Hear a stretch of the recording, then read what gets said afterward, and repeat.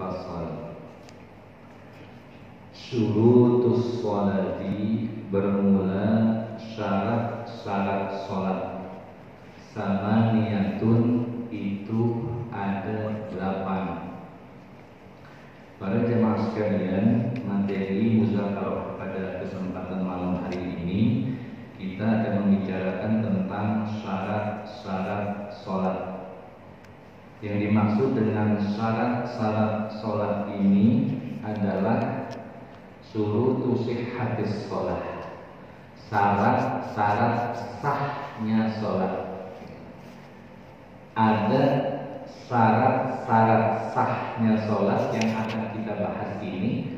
Ada juga syarat-syarat wajibnya sholat. Kalau syarat-syarat wajib sholat itu nanti sifatnya subjek.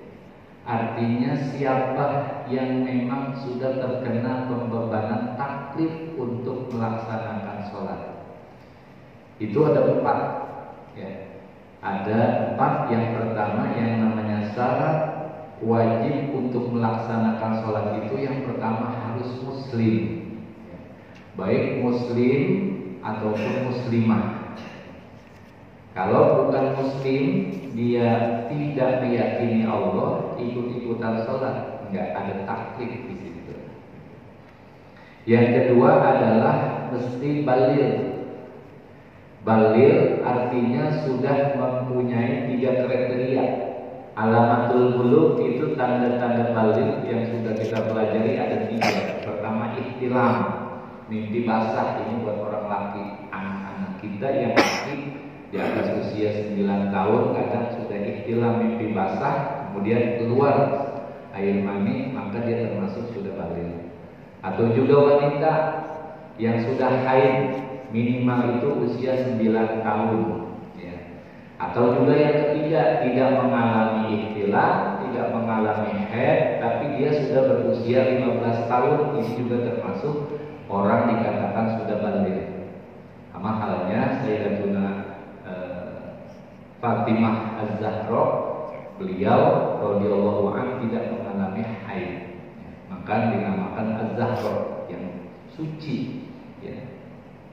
Nah, orang yang memang sudah baligh maka terkena pembebanan wajib untuk melaksanakan sholat.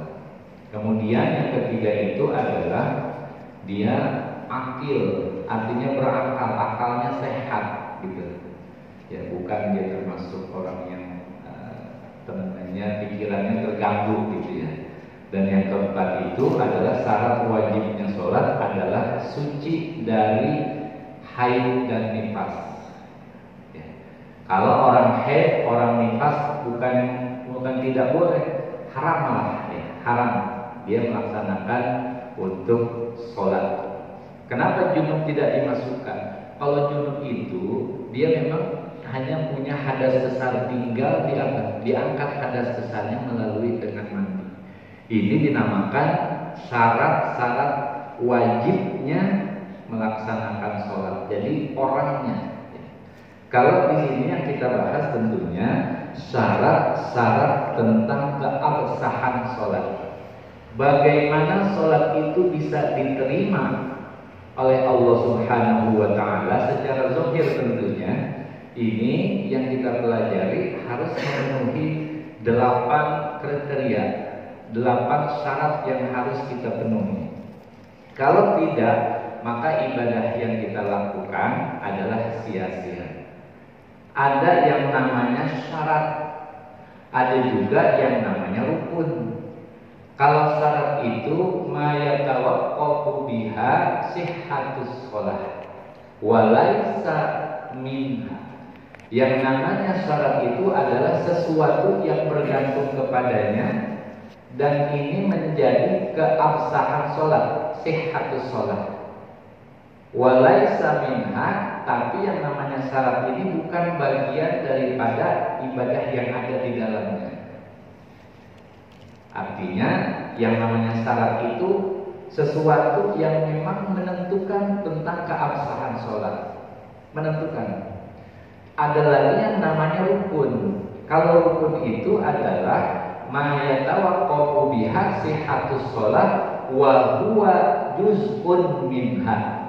Sesuatu yang menjadi ketergantungan dari ibadah, keabsahan sholat, wa huwa juz'un minha, dan dia ini namanya rukun, juz'un minha, bagian ada di dalam ibadah tersebut.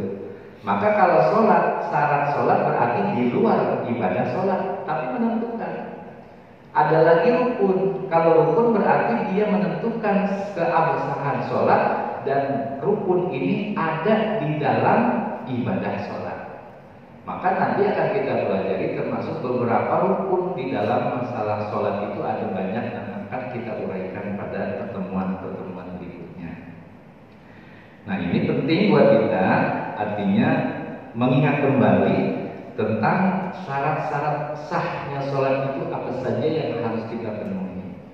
Jangan kita melaksanakan ibadah terutama sholat ini sekian lama, tapi ada syarat-syarat yang tidak mencukupi. Ini berarti nanti ibadah kita akan menjadi sia-sia. Apa yang pertama?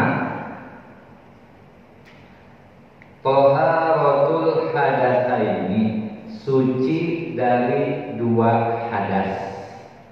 Artinya suci dari hadas besar maupun hadas kecil. Kalau hadas besar berarti ya hubungannya dengan jima. Orang yang berhubungan suami istri berarti dia punya hadas besar. Termasuk juga haid, kemudian juga nifas, kemudian juga wiladah bagi perempuan. Ini merupakan hadas besar.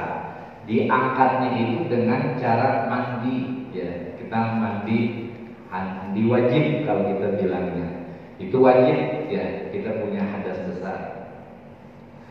Nah, di dalam masalah thaharatul hadatsaini ini harus diangkat, ya. Maka dikatakan dalam syarahnya ini, falau shalla biduniha walau nasiyan lam tasihha sholatuh. Kalau sekiranya dia lupa misalnya. Dua adalah wa thaharatu anin najasati, suci daripada najis. Ini penting sekali di dalam masalah membersihkan najis, ya. Nanti itu ada 3 yang harus kita bersihkan tuh. Fisaubi, dalam pakaian kita. Wal badani, yang kedua pada badan kita. Wal makani, juga pada tempat sholat kita. Harus steril dari apa? Dari hal-hal yang memang kaki kita itu menyentuh. Mayula isyai'an min badanihi aw malbusihi, artinya tempat atau ruangan yang memang bertemu atau bersentuhan kepada sesuatu dari badan kita, kemudian atau yang kena pakaian kita. Maksudnya apa? Yang tersentuh ruangan dengan anggota badan kita. Kita kalau sholat misalnya yang terkena apa? Nih, jidat kita buat sujud, kemudian kedua tangan kita, kemudian telapak kaki kita. Kalau misalnya ada di tempat sholat kita mau sujud, misalnya ada kotoran tai cicak begitu, tapi nggak kena bagian anggota tubuh kita yang menyentuh ruangan, ya nggak masalah. Begitu.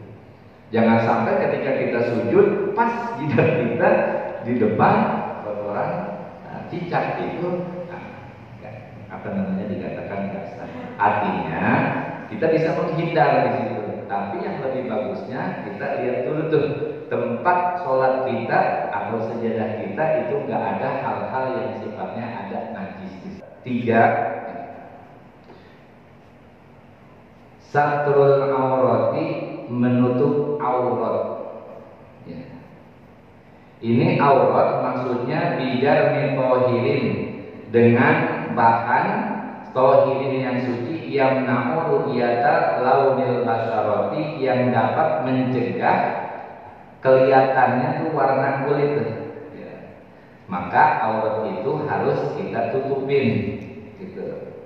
Nah, kalau kita orang laki itu auratnya baina surrati wal rukbati, dari pusar sampai dengan 2 lutut. Ini kadang-kadang mohon maaf, kalau kita sholat begitu, maka kita harus panjang itu. Jangan upayakan jangan pakai kaos. Kadang-kadang apa ketika kita ruku atau misalnya sujud, ini kelihatan belakang kita, itu mengakibatkan sholat kita jadi nggak sah. Ilmu istiqbalul kiblati yang keempat adalah menghadap kiblat. Ya, menghadap kiblat ini nanti ada dua. Li'ainiha yakinan bil qalbi, artinya menghadap kiblat itu ainnya, fisiknya Ka'bah. Kalau bil qurbi, pada saat posisi kita dekat dengan lingkungan Ka'bah. Jadi ainnya tuh, ya bentuk fisiknya. Jadi fisiknya tuh memang harus betul-betul menghadap Ka'bah. Yakin.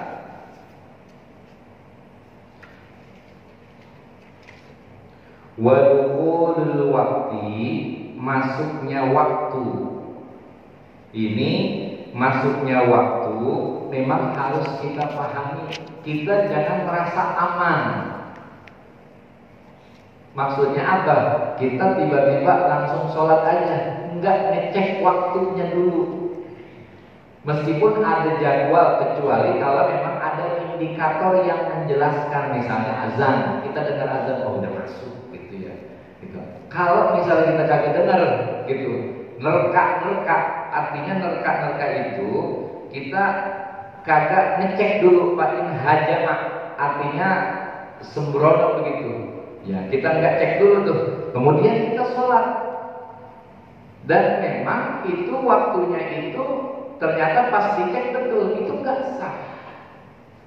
Jadi mengetahui waktu ini perlu bagi kita. Kalau sekarang kan memang sudah modern, teknologi udah canggih gitu ya.